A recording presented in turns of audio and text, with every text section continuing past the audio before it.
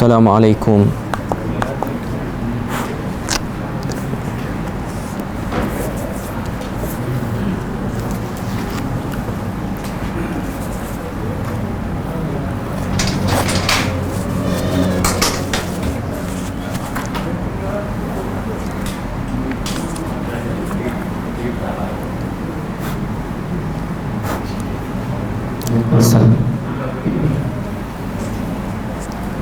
Assalamualaikum warahmatullahi wabarakatuh. Innal hamdalillah nahmaduhu wa nasta'inuhu wa nastahdihi wa nastaghfiruh wa na'udzu billahi min shururi anfusina wa min sayyiati a'malina. May yahdihillahu fala mudilla lahu wa may yudlilhu fala hadiya lahu. أشهد أن لا إله إلا الله وحده لا شريك له وأشهد أن محمدا عبده ورسوله يا أيها الذين آمنوا اتقوا الله وقولوا قولا سديدا يصلح لكم أعمالكم ويغفر لكم ذنوبكم ومن يطع الله ورسوله فقد فاز فوزا عظيما. الحمد لله الذي بنعمته تتم الصالحات. ربنا آتنا من لدنك رحمة وهيئ لنا من أمرنا رشدا.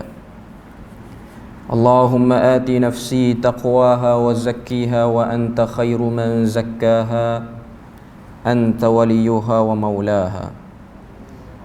Alhamdulillah, syukur pada Allah Azza wa Jalla kerana dengan rahmat dan juga limpah kurnia yang Allah Subhanahu wa taala berikan, dapat kita sama-sama berada dan berkumpul dalam majlis ilmu pada malam ni.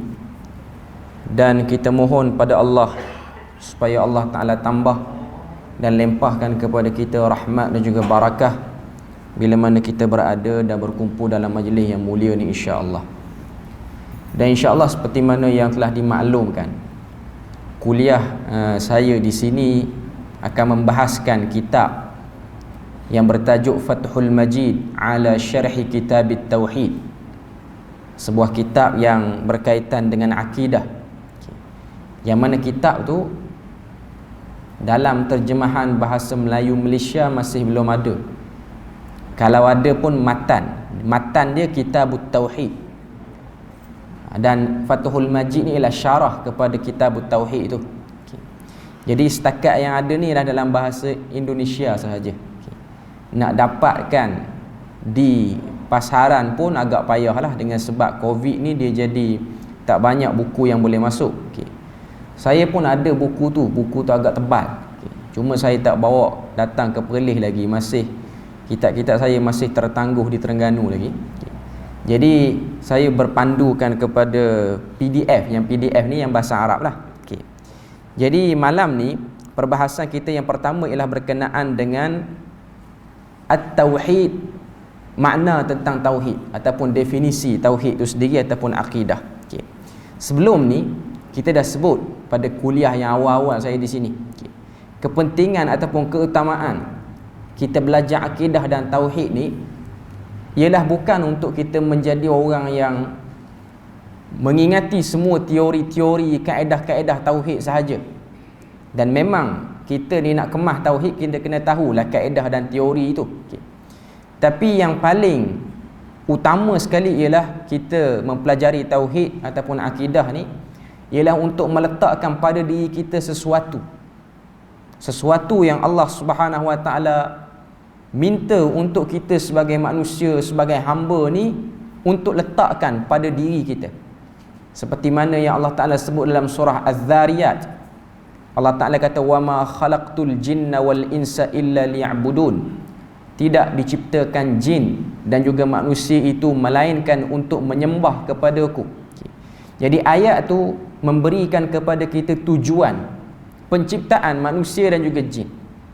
Penciptaan manusia ni ialah menjelaskan ataupun menzahirkan kedudukannya sebagai hamba.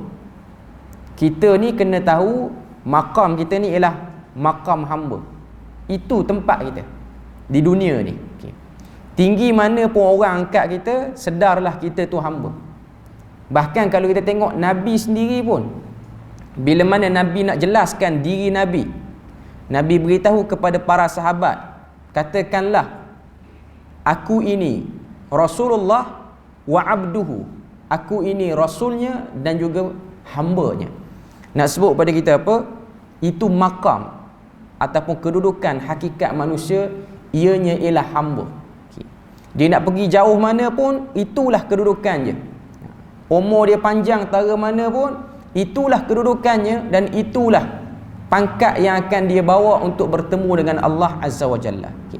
Jadi bila mana kita berada pada makam kehambaan ini, makam ini ialah makam yang menunjukkan kita ini ialah satu pihak yang perlu bergantung kepada satu pihak lain, iaitu Tuhan. Bila sebut hamba, dia ada tuan dia, dan tuan kita ni ialah Allah Azza wa Jalla. Kita dah sebut sebelum ni, tujuan belajar akidah ni untuk jelas benda ni. Dan 3 perkara utama yang dah disebut, iaitu kita belajar akidah ni ialah untuk menjelaskan keyakinan kepada siapa kita perlu taat, siapa, zat mana ataupun tempat mana kita kena taat. Dan yang kedua, bila mana kita belajar akidah ni untuk meninggikan harapan kita, meninggikan harapan. Bila mana kita hidup atas dunia ni, Allah Ta'ala pun sebut, bila mana satu orang manusia itu telah menjelaskan keimanannya, mereka dah rasa ataupun kita dah kata kita ni beriman, kita dah syahadah kita ni akan mengesakan Allah Ta'ala, dan kita juga syahadah kita akan ikut Nabi Muhammad sallallahu alaihi wasallam. Maka tak akan larilah daripada orang yang sebut benda ni untuk diuji. Ahasiban nasu an yutraku an yaqulu amanna wa hum la yuftanun.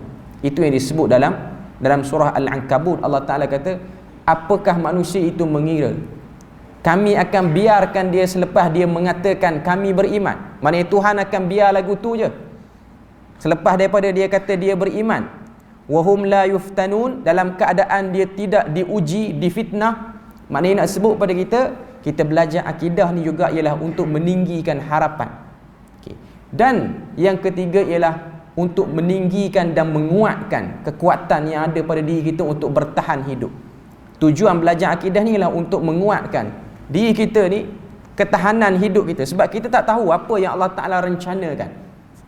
Sebab tu dalam Al-Quran Allah Ta'ala sebut, wa asa an takrahu syai'an wa huwa khairul lakum wa asa an tuhibbu syai'an wa huwa syarrul lakum. Dan boleh jadi benda-benda yang kamu tak suka itu baik bagi kamu, dan benda-benda yang kamu suka itu tak baik bagi kamu. Nak sebut pada kita perancangan Allah Azza wa Jalla, flow yang Allah Ta'ala letakkan pada setiap kita ni kita tak tahu. Dalam ayat lain Allah Ta'ala sebut, wa ma tadri nafsun bi ayyi ardin tamut. Manusia tu tak akan tahu di mana tempat dia akan mati ataupun dia akan menghembuskan nafas yang terakhir. Jadi dengan keadaan tak tahu ni lah, kita perlukan kemantapan dalam akidah ataupun tauhid, supaya bila mana berlaku satu hentaman yang boleh mengganggu kepercayaan yang ada dalam hati ni, kita tidak cepat goyah ataupun tak cepat lari menyeleweng daripada jalan tersebut. Macam yang dah kita sebut tadilah, dan kita pun dah bersetuju dengan bab ni, iaitu manusia bila mana dia beriman, dia pasti akan diuji. Macam mana Nabi menyatakan dia itu Rasulullah, dia diuji. Macam mana para sahabat menyatakan mereka itu ialah muttabi', pengikut kepada Rasulullah, mereka juga diuji. Dan kita sebagai umat akhir zaman yang mengaku kita mengikut Nabi Muhammad, pasti akan diuji dan diuji, dan cerita ujian manusia ni tak akan habis sampai bila-bila. Nak sebut pada kita apa? Belajar akidah tu nak faham yang tu. Sebab ada orang dia belajar akidah, dia nak tengok orang lain sesat tak sesat. Ini benda yang kurang tepat ataupun bukan menjadi tujuan utama kita belajar akidah. Tujuan utama belajar kemas diri dulu, lepas itulah baru nak buat tapisan pada benda-benda lain. Memang kita belajar akidah ni untuk kita tak terjerumus daripada kesesatan. Tapi kadang-kadang bila mana dah syok belajar ni, kadang-kadang kita rasa macam kita dah ada sesuatu dalam diri, lalu kita melihat ada orang yang tak sehaluan ataupun apa yang dia sebut menunjukkan tak sepatutnya dia sebagai manusia tersebut. Lalu kita pun mula untuk membuat Orang kata apa, scanning pada dia. Nak scan, okey, ni akidah tak betul. Itu bukan tujuan utama. Tujuan kita ialah untuk menguatkan tiga tu, iaitu keyakinan kita terhadap Tuhan, harapan kita dalam kehidupan, dan kekuatan diri kita. Itu kekuatan untuk meneruskan kehidupan. Okay. Jadi malam ni nak sebut tentang definisi akidah. Dia sebut sini, akidah pada umumnya adalah merupakan perkara yang wajib dibenarkan oleh hati dan jiwa menjadi tenteram terhadapnya, sehingga lahirnya satu keyakinan yang kukuh tanpa digoncang atau dicampuri oleh sebarang syak atau keraguan.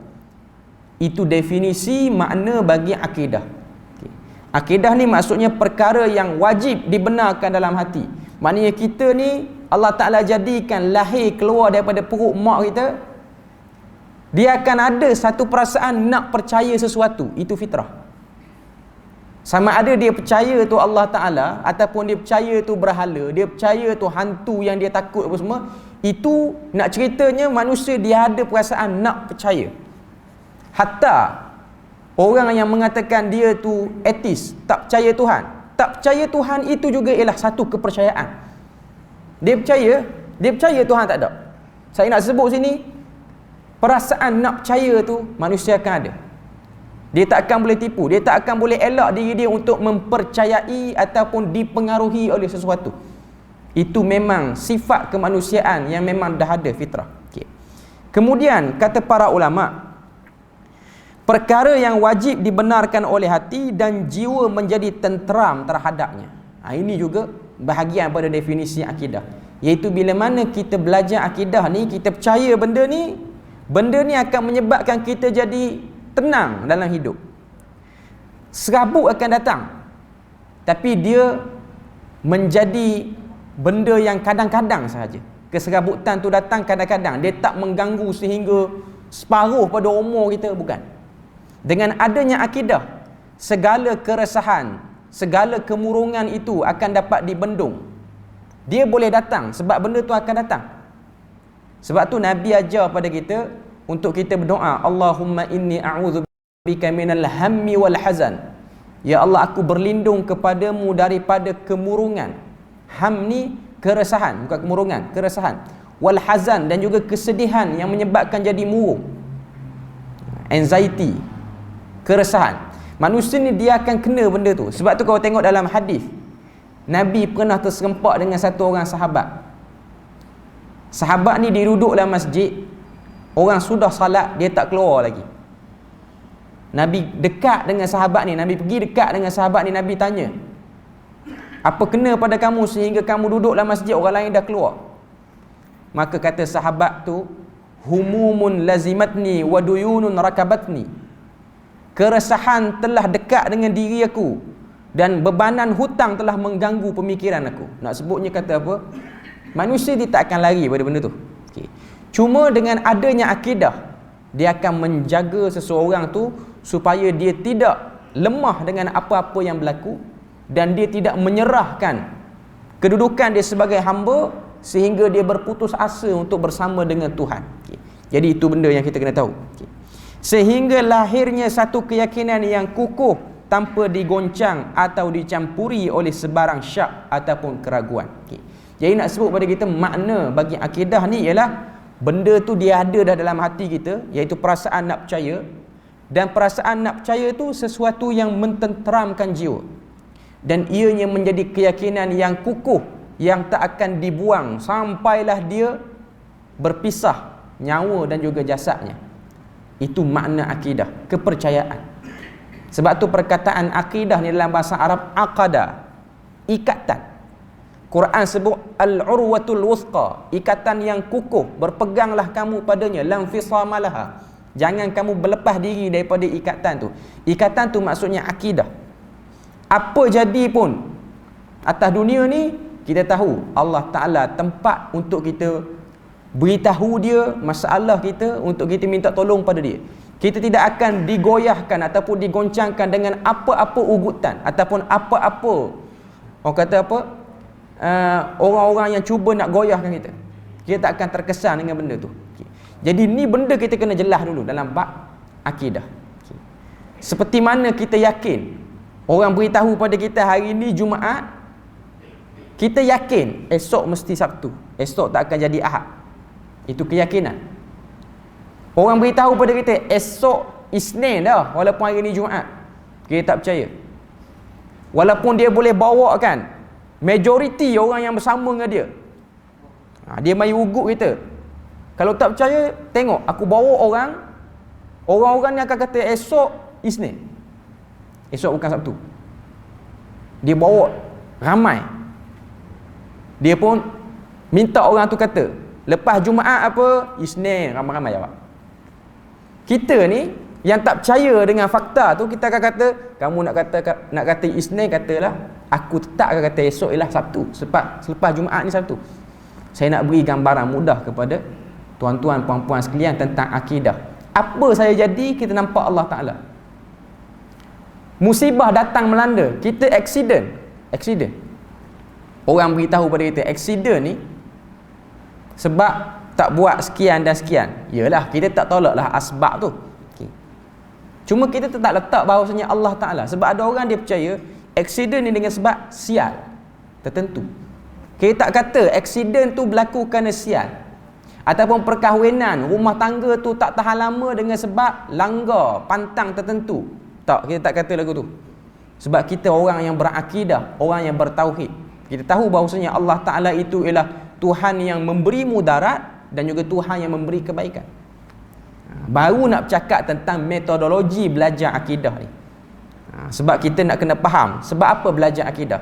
Sebab kita kena tahu di sini juga, di medan ilmu akidah ini jugalah tempat syaitan guna untuk melaga-lagakan manusia.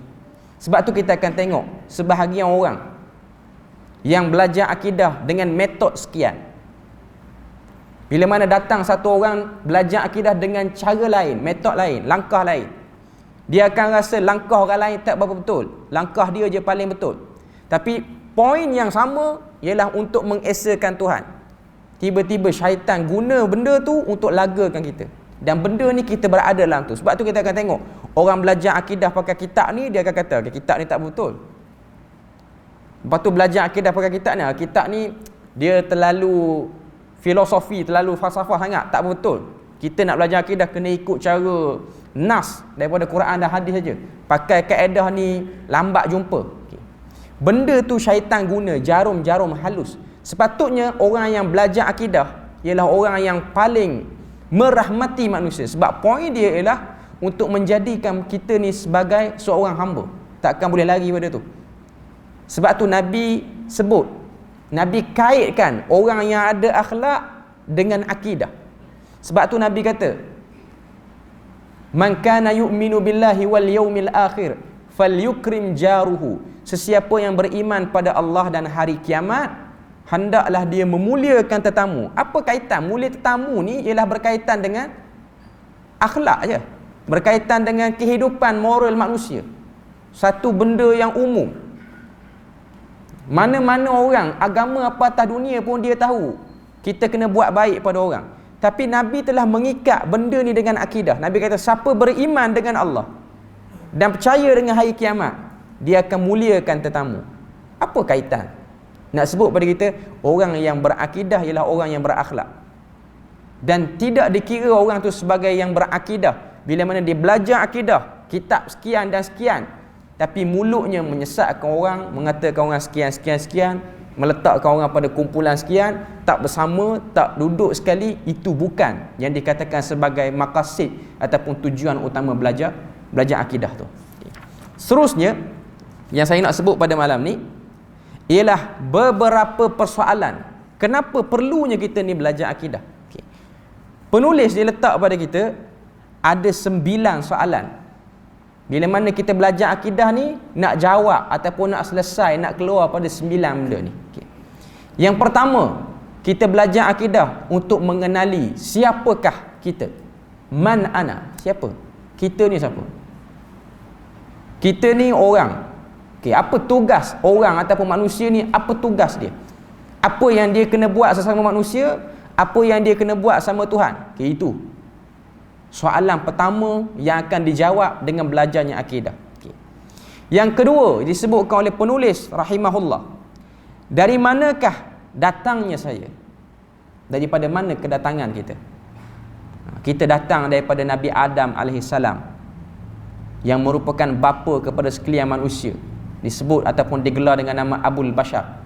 Kemudian kita datang daripada sulalatin min tin, kita datang daripada silsilah tanah itu, datang air mani sehingga keluar dan berkembang biak manusia ni. Nak sedar bahawasanya kita ialah dicipta oleh Allah Azza wa Jalla, dan kisah penciptaan Nabi Adam perlu diamati untuk kita sedar diri kita tu siapa. Allah Ta'ala jadikan Nabi Adam daripada tanah tempat yang kita pijak. Kita dirikan bangunan atas tanah, kita berjalan pun atas tanah.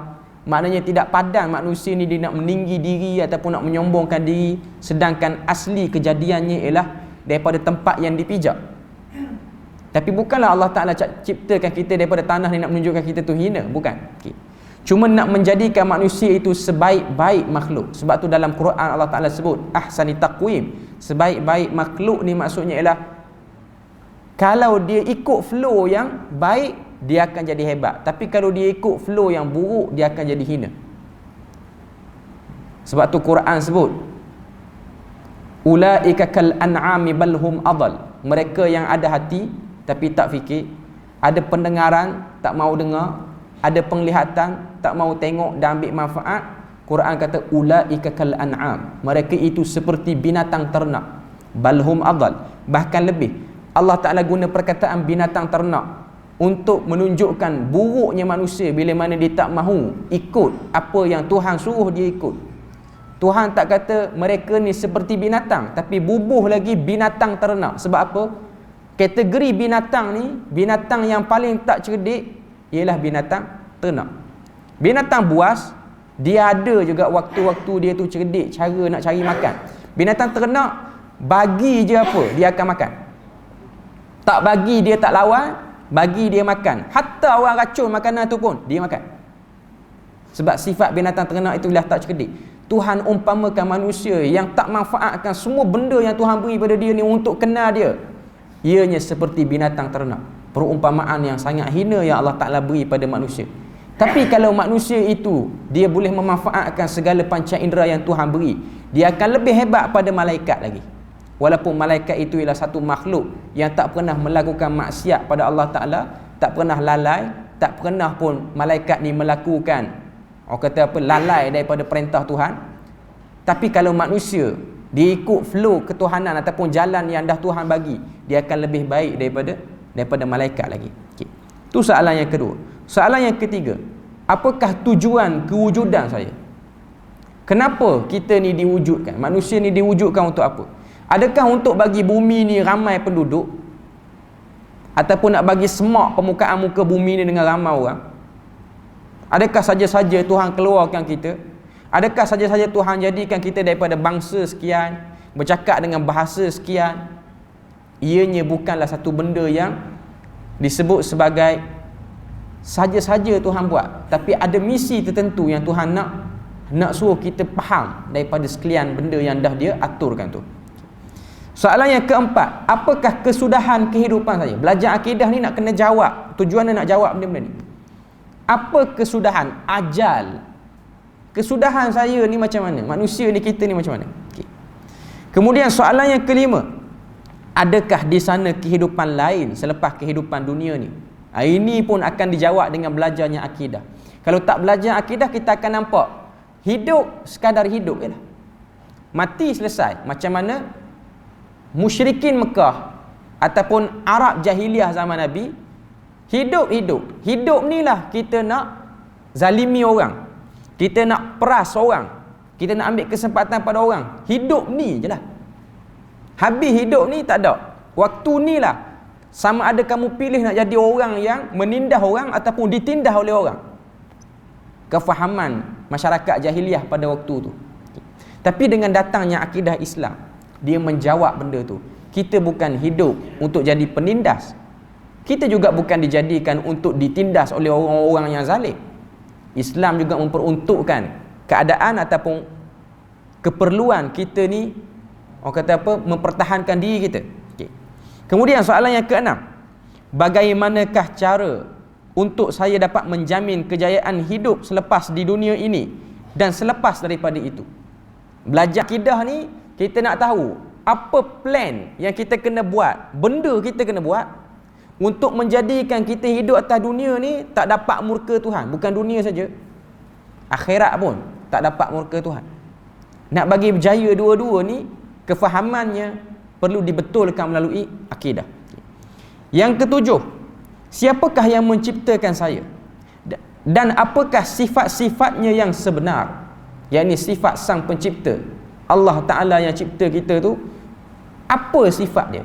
Kita akan faham dan akan tahu dengan belajar akidah. Dan juga kita akan dapat jawab satu jawapan, di manakah Allah Ta'ala tu berada, pun melalui ilmu akidah. Soalan yang ke-8 yang disebutkan oleh penulis, adakah dia mahu saya melakukan perkara tertentu terhadapnya? Tuhan cipta kita ni, dia lepaskan kita atas muka bumi ni, zahirkan kita atas muka bumi ni, adakah dia lepaskan gitu saja? Lepas pada tu tak ada nak buat apa-apa, tidak diperhatikan? Allah Ta'ala meminta ataupun meletakkan beberapa atur cara manusia bila mana dia hidup atas muka bumi. Dan soalan yang ke-9, bagaimanakah saya boleh mendapat keyakinan bahawa saya berada di atas agama yang benar dan hak, dan agama-agama lain semuanya batil ataupun menyeleweng? Dengan belajar akidah lah kita akan tahu kita ni duduk atas jalan yang betul ataupun jalan yang salah. Sebab kita kena tahu Nabi telah memberi satu hadis yang berbentuk ancaman. Nabi kata, sataftariqu ummati ila 73 firqatan kulluhum finnar illa wahid. Nabi kata sataftariqu ummati, akan berpecah. Nabi guna perkataan yang menunjukkan al-istiqbal, maknanya akan datang. Sataftariqu ummati, pasti akan terpecah umat aku kepada 73 golongan. Nabi sebut 73 tu umat aku. Nabi tak kata yang satu tu saja umat aku. Okay. Cuma nak beritahu pada kita, manusia bila mana dia hidup, dia akan berjumpa dan bertembung dengan macam-macam ideologi atas dunia ni.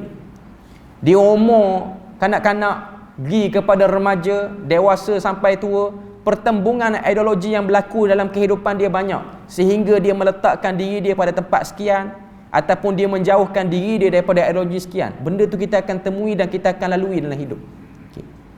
Nabi kata kulluhum finnar, semuanya dalam neraka illa wahidah, kecuali satu. Sahabat tanya, manhum ya Rasulullah, siapakah mereka wahai Rasulullah? Sahabat tanya siapakah mereka, maknanya sahabat minta Nabi sebut nama orang kulit warna apa, cakap bahasa apa. Itu yang dimaksudkan dengan perkataan man. Man ni maksudnya siapa? Siapa mereka wahai Rasulullah? Siapa mereka? Yang kata tak sesat tu, yang satu tu dalam syurga tu, yang lain semua dalam neraka tu, siapa mereka? Tolong jelaskan benda tu. Para sahabat nak jawapan pada Nabi, dan Nabi telah jawab dengan jawapan yang umum. Nabi kata ma ana alaihi wa ashabi. Mereka itu ialah ana alaihi, iaitu orang yang berada macam yang aku berada ini, wa ashabi, dan juga sahabat aku. Nabi tak sebut bangsa apa, Nabi tak sebut kulit warna apa, cakap bahasa apa, duduk kawasan mana atas dunia, Nabi tak sebut. Tapi Nabi hanya beri sifat. Sifat keberjayaan itu ialah pada mana-mana orang yang ikut sama macam aku, dan juga yang ikut sama macam para sahabat. Sebab tu kita tengok perjuangan untuk mempertahankan akidah ni ialah perjuangan yang kita tak boleh dabik dada. Kita akan mati dengan akidah ni. Sebab tu Nabi sebut sebaik-baik orang ialah penghujungnya. Penghujungnya tu macam mana? Hari ni kalau orang tu dia rasa, hatta saya sendiri yang duk bercakap ni, tak boleh dabik dada lagi kata, mesti akan mati atas akidah yang benar. Kita kena tahu, kalau kita baca sirah, mungkin kita pernah dengar satu orang tabi'in yang bernama Abdurrahman bin Muljam. Abdurrahman bin Muljam ni siapa? Dia yang membunuh Ali bin Abi Talib, khalifah yang keempat. Dia. Saya nak cerita sikit ni. Ni bagi kata apa, bagi kita luas sikit ataupun luar sikit. Abdurrahman bin Muljam ni, ketika mana zaman Umar Al-Khattab, dia tabi'in. Umar Al-Khattab pada waktu tu Islam ni berkembang luar daripada tanah Arab.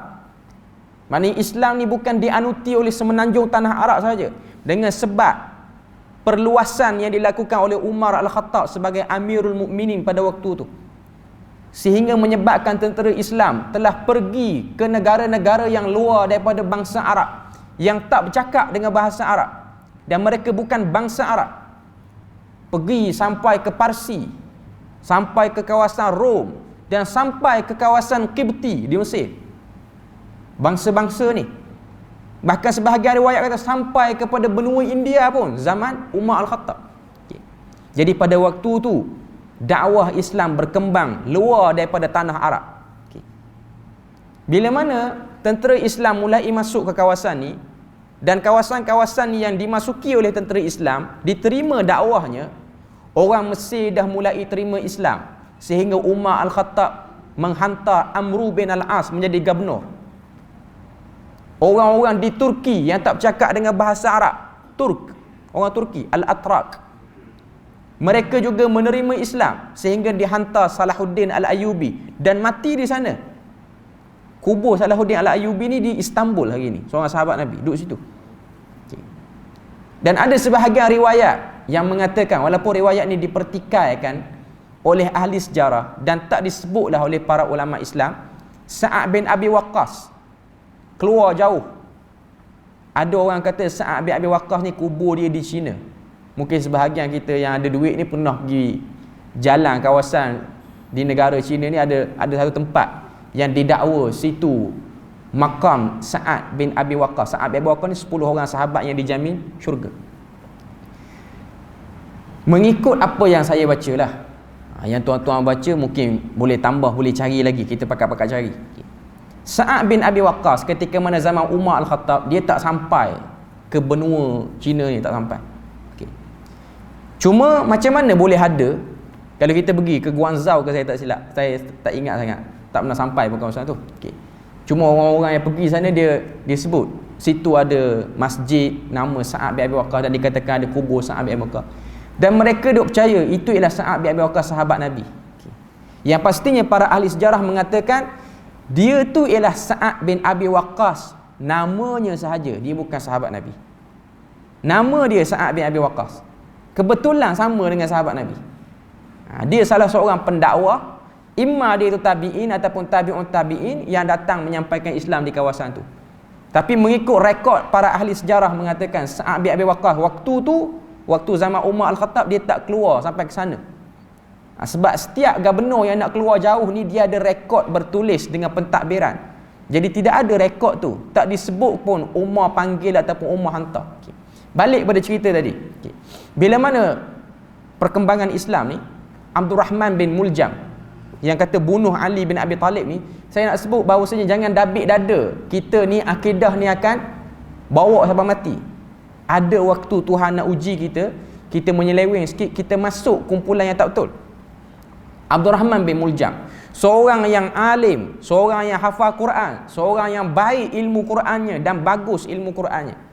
Bila mana Amru bin Al-As jadi gubernur di Mesir, pada waktu tu Amru bin Al-As hantar surat pada Umar Al-Khattab untuk minta satu orang yang pandai ilmu baca Quran, hantar mai Mesir untuk ajar orang Mesir ni. Pada waktu tu Umar Al-Khattab duk tengok siapa orang yang berkelayakan. Akhirnya dia telah tulis satu surat endorsement kepada Abdul Rahman bin Muljam untuk dihantar ke Mesir. Dia sendiri yang tulis dalam surat tu, hantar pada Amru bin Al-As, ilzamu ala hadha, kamu lazimilah Abdul Rahman bin Muljam ni sebab ilmu Quran dia hebat. Ilmu Quran dia hebat. Hantar pergi ke Mesir dan minta sediakan penginapan, maknanya bagi rumah dan bagi sedikit imbuhan ataupun gaji. Maknanya Umar Al-Khattab hantar Abdul Rahman bin Muljam ni untuk mengajar ilmu Al-Quran di Mesir. Sampai di Mesir, ikut perintah ulul amri, orang kata apa, ajar Quran, sehingga Umar Al-Khattab wafat Umar Al-Khattab. Naik Uthman bin Affan.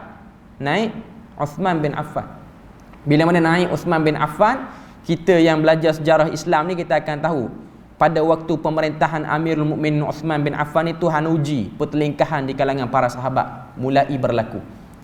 Bibit-bibit awal sudah mulai dikesan adanya kumpulan-kumpulan pemberontak daripada kawasan tertentu yang tak bersetuju dengan pemerintahan Uthman bin Affan, lalu meniupkan satu semangat untuk melawan pemerintah yang kita sebut sebagai Khawarij.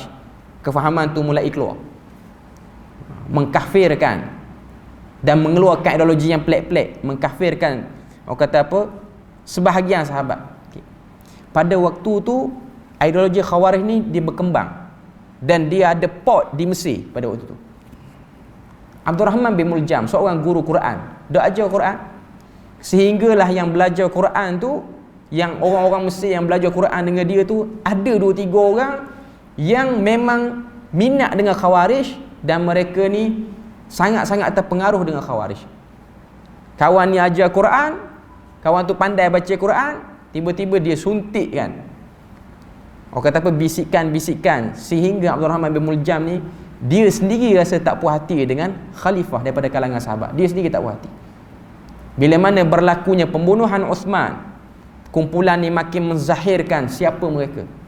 Naik saja Ali bin Abi Talib menjadi khalifah pada waktu tu. Saya ringkas cerita. Ali bin Abi Talib naik, lepas daripada tu Ali bin Abi Talib tukar pusat pemerintahan daripada Madinah ke Kufah. Pada waktu tu kumpulan Khawarij makin tak puas hati, dan pada waktu tu Abdul Rahman bin Muljam telah mengisytiharkan diri dia sebagai sebahagian Khawarij. Saya nak sebut apa? Dia tu dipuji oleh Umar Al-Khattab dulu tu. Hebatlah dia ni, ilmu Quran dia hebat. Dipuji oleh Umar Al-Khattab. Bukan orang biasa-biasa yang puji, ahli syurga yang puji dia. Ahli syurga bukan ahli syurga yang biasa, top 10 punya ahli syurga. Bahkan Umar tu top 5 pun. Bahkan Umar tu banyak kelebihan Nabi sebut tentang dia, tentang firasatnya, tentang kedudukan dan kewibawaannya, sehingga Nabi kata kalau ada Nabi lepas ni Umar yang akan jadi Nabi. Tiba-tiba Allah Ta'ala menguji orang yang dekat dengan sahabat ini, sehingga dia sendiri rasa galak tak kena, bukan galak sikit, galak banyak dengan Ali bin Abi Talib, sehingga dia bermusafir daripada Mesir pergi ke Kufah semata-mata dalam niat perjalanan tu jumpa Ali, aku nak bunuh Ali. Dia itu sendiri. Sehinggalah ketika Ali bin Abi Talib keluar untuk menunaikan salat subuh, dia pun bersedia dengan senjata dia, lalu ataupun jalan di belakang Khalifah Amirul Mukminin Ali bin Abi Talib dalam keadaan bawa senjata, dan dia tikam pada belakang, dan dia baca ayat Quran waktu dia tikam tu. Dia rasa dia betul. Lepas pada dia tikam, orang tangkap Abdul Rahman bin Muljam ni, tanya sebab apa bunuh ni menantu Nabi yang kamu bunuh, ni pun ahli syurga. Dia kata aku bunuh sebab aku tahu Ali buat benda tak betul, dan aku yakin aku betul, Ali tak betul. Sampai bila? Sampai mati dia rasa dia betul. Saya nak sebut apa? Hidup dengan sahabat dah tu. Apatah lagi kita ni yang jauh pada sahabat ni. Nak sebut pada kita, belajar akidah ni ialah untuk menjadikan kita ni konsisten, supaya kita tidak mudah jatuh pada tempat-tempat yang tak sepatutnya. Sebab tu kita tengok apa yang disebut oleh Allah Ta'ala dalam Al-Quran. Saya nak bagi pada tuan-tuan ni yang terakhir lah. Kita pun nak masuk isyak dah. Allah Ta'ala sebut dalam surah Al-Ikhlas, Qul huwallahu ahad, Allahus samad, lam yalid walam yulad walam yakul lahu kufuwan ahad. Ini simple thing ataupun perkara paling simple dalam bab akidah. Sebab tu kalau kita tengok Allah Ta'ala sebut Qul huwallahu ahad, Allahus samad, lam yalid walam yulad walam yakul lahu kufuwan ahad. Pertama, surah ni dinamakan dengan surah Al-Ikhlas. Maksudnya yang tulus, bersih. Tapi kalau kita cari perkataan ikhlas, ada tak dalam surah tu? Tak ada perkataan ikhlas dalam tu. Tak wujud perkataan ikhlas dalam tu. Tidak wujud. Tapi sebab apa nama dia surah Al-Ikhlas? Sebab apa nama surah Al-Ikhlas? Sebab kata sebahagian para ulama, tujuan bagi nama Nabi namakan surah tu, hikmah Nabi namakan surah tu dengan Al-Ikhlas, nak menunjukkan ikhlas ni benda yang duduk dalam hati, walaupun tak zahir. Sebab tu kita akan tengok sebahagian sahabat Nabi, peringkat awal lawan Nabi ni sakan, dekat-dekat Nabi nak wafat, tak berhenti lagi lawan Nabi. Setahun dua belum Nabi wafat, masuk Islam dan menjadi pejuang yang hebat dalam Islam. Antaranya Ikrimah bin Abi Jahal. Cuma saya tak ada masa nak cerita panjang. Ikrimah ni berkonspirasi, dan konspirasi dia sangat hebat. Dia antara yang rancang nak bunuh Nabi. Allah Ta'ala jadikan dia termasuk daripada kalangan tentera yang terkorban dalam perang Yarmuk. Bila mana dia masuk Islam, dia kata depan Nabi, wahai Rasulullah, setiap tenaga yang telah aku gunakan dulu belum Islam untuk lawan kamu, hari ni aku masuk Islam, aku akan tukar tenaga aku untuk angkat agama ni balik. Sebab tu kita tengok ada ayat Quran turun cerita tentang Ikrimah ni. Ikrimah ni awal jahat, tapi last sekali mati atas akidah yang benar. Ayat Quran Allah Ta'ala kata, minal mu'minina rijalun sadaqu ma'ahadullah. Antara orang-orang beriman itu adanya lelaki-lelaki yang benar bila mana berjanji. Faminhum man qada nahbah wa minhum man yantazir. Antara mereka ada yang sudah meninggal dan antara mereka menunggu giliran untuk mati syahid. Kita beri laluan untuk azan kejap.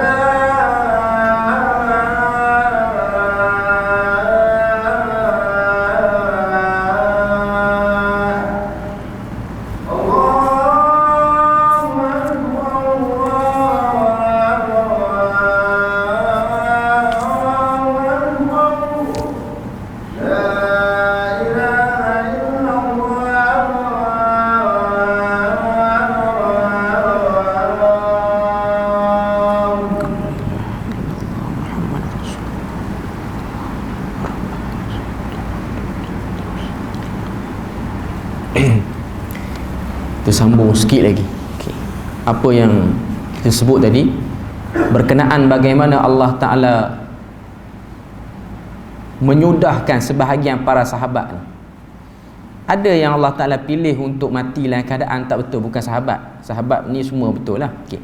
Cuma saya nak sebut umumnya manusia, macam Abdul Rahman bin Muljam tadi, mati dalam keadaan ideologi yang tak betul, walaupun dulu asal dia tu betul lah, dia ikut sahabat apa semua, sehingga dia boleh rasa syak kepada Ali bin Abi Talib dan dia tak mahu berganjak terhadap apa yang dia lakukan tu. Dia tak rasa bersalah. Hebatlah benda ni. Mana yang nak beritahu dia tipu daya ideologi ni. Okay. Sebab tu Allah Ta'ala sebut dalam surah Al-Ikhlas, surah kita duk panggil surah tu Qul huwallahu ahad. Okay. Surah Al-Ikhlas ni kita duk baca, amalan mudah kita duk buat tiap-tiap hari. Wirid lepas salat pun kita baca, bangun pagi pun baca, zikir pagi petang pun ada Al-Ikhlas. Perkataan ikhlas tak wujud dalam surah tu, Tapi nak menunjukkan pada kita itulah yang perlu disematkan dalam hati manusia. Qul huwallahu ahad. Katakanlah Allah Ta'ala itu Esa. Nak sebut di lidah ni Tuhan ni Esa.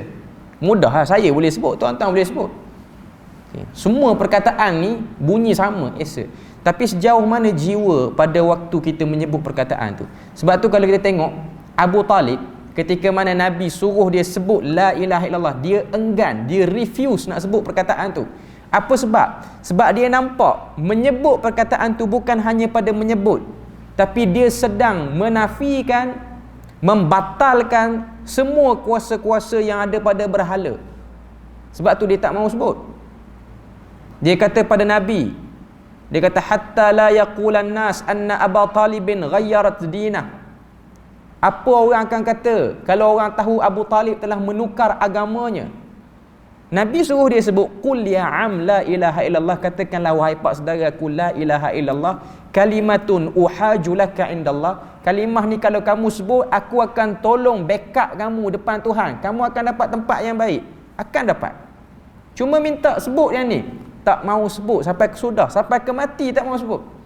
Dan dia duk ulang perkataan tu. Dia kata kalau orang tahu Abu Talib tukar agama, apa orang kata? Kalau orang tahu Abu Talib tukar agama, apa kata? Maksud dia apa? Aku telah mengiktiraf berhala yang mengelilingi Kaabah, segala akidah yang diimani oleh semua orang Mekah ni batil. Aku bersetuju terhadap benda tu. Aku tak mahu orang kata lagu tu. Sebab dia tidak jelas dalam bab tu. Kalau dia tahu bahawasanya apa yang dia pegang tu tak betul, dia tak akan teragak-agak untuk meninggalkan. Sebab dia ada rasa, dia dah sebati, dah sedarah sedaging dah dengan kepercayaan berhala tu.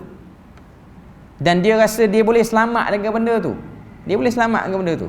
Itu sebab tu kita tengok orang-orang dalam agama apa pun, sebab apa dia boleh pegang benda yang dia minat ataupun dia percaya tu? Sebab dia rasa waktu susah benda ni boleh cover kita. Sebab tu kita baca surah Al-Ikhlas tu, ayat kedua, Allahu samad, samada ilaihi kullu masailuna. Allah Ta'ala tempat kita angkat semua masalah kita. Perkataan as-samad ni maksudnya itulah tempat kita mengadu, tak ada tempat lain. Nak pasak yang tu, hari-hari duk baca ni, duk pasak yang tu, nak pasak bahawasanya apa saja benda susah berlaku pada kita, terutamanya benda susah dan musibah lah yang boleh menggelincirkan manusia ni daripada akidah. Kesenangan pun boleh jadi juga, tapi yang paling banyak kes ialah ujian yang berbentuk kesusahan. Sebab tu Nabi dia pernah ajar pada kita minta berlindung daripada fakir. Miskin tak apa, tapi jangan fakir. Sebab fakir ni dia boleh pergi ke arah tu. Dia boleh pergi ke arah tu. Dia akan rasa sempit. Orang dah start hina dia. Sebab tu kalau tuan-tuan tengok di India, orang protes terhadap Hindu sebab apa? Sebab adanya kasta tu. Sebab bagi orang agama Hindu ni, kasta ni takdir yang tak boleh diubah. Kalau kamu lahir sebagai Brahmin, orang-orang kaya, kamu akan kaya sampai bila-bila. Kalau kamu lahir dengan kasta paling bawah sekali, sampai bila-bila pun kamu macam tu. Tapi Islam memberi nafas baru bila mana orang-orang yang macam ni dia kenal ada agama yang tak buat kasta. Sebab apa? Benda tu tak beri harapan. Jadi itu sebab kita bila mana kita belajar akidah ni, kita nak benda tu. Kita nak faham bahawasanya al-ikhlas itu dalam hati kita. Dengan ikhlas ni lah yang akan menyebabkan manusia kalau dia sakit, kena uji, dia tak cepat mengungut. Kalau dia diuji dengan kerugian, dia tak salahkan orang, dia tak rasa macam nak gila apa semua. Kalau Allah Ta'ala uji dia setahun, 10 tahun sakit, dia tak akan rasa lemah semangat. Rahsia dia pada apa? Pada akidah, rahsia dia. Allah Ta'ala uji macam-macam. Hatta Allah Ta'ala beri kesenangan pun, dia tak akan menyeleweng. Dia tak rasa macam nak lupa Tuhan. Itu pun kerana akidah. Sebab tu akidah menjadi pasak utama. Bila mana kita bercakap akidah, akidah ni lah yang akan menjadikan kita ni boleh pergi ataupun ada keahlian tak. Syarat umum seseorang tu untuk dapat syurga ialah akidah. Bukan syarat pasti dapat syurga, syarat umum boleh masuk. Macam orang nak kerja, kena ada SPM. SPM straight A ke, straight E ke, bab lain. Tapi nak cerita kena ada SPM dulu. Okay. Itu benda yang kita tahu, syarat umum. Akidah ni menjadi syarat umum. Jadi hak yang kita nak belajar ni ialah baru bab berkenaan dengan syarat umum. Okay. Jadi lepas ni akan datang kita akan bahas bahagian yang kedua, iaitu perbahasan berkenaan 3 asas utama dalam akidah Islam, iman dan ihsan berdasarkan hadis Jibril yang panjang tu.